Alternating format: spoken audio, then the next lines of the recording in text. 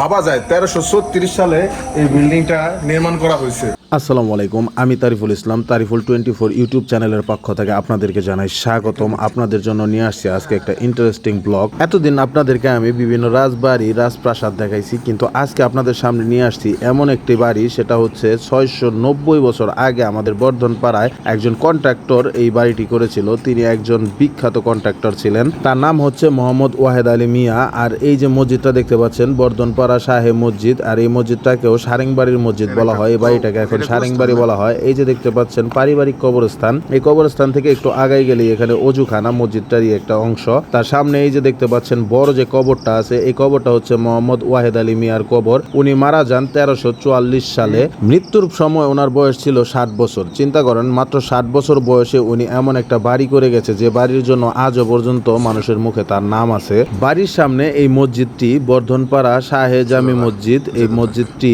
সারেংবাড়ির মসজিদ হিসেবে পরিচিত। এই মসজিদটিতে এখনো নামাজ হয়। 1994 সালে এই মসজিদটি স্থাপিত হয়। মসজিদটার বারান্দাটা দেখতে খুবই সুন্দর, অনেক পুরনো একটি মসজিদ, দেখে বোঝা যায়। أشهد أن لا إله إلا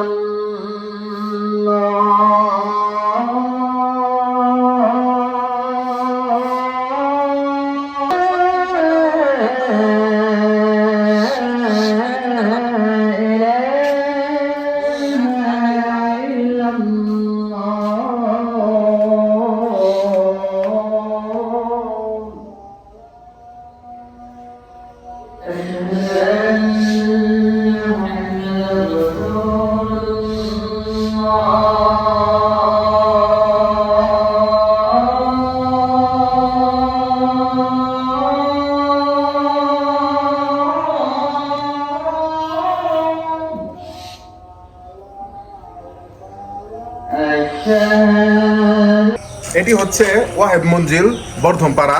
আর এই যে দেখতে পাচ্ছেন এখানে লেখা আছে সাইনবোর্ডে, ওয়াহেদ মঞ্জিল সন 1336 সাল। ভাবা যায় 1336 সালে এই বিল্ডিংটা নির্মাণ করা হয়েছে।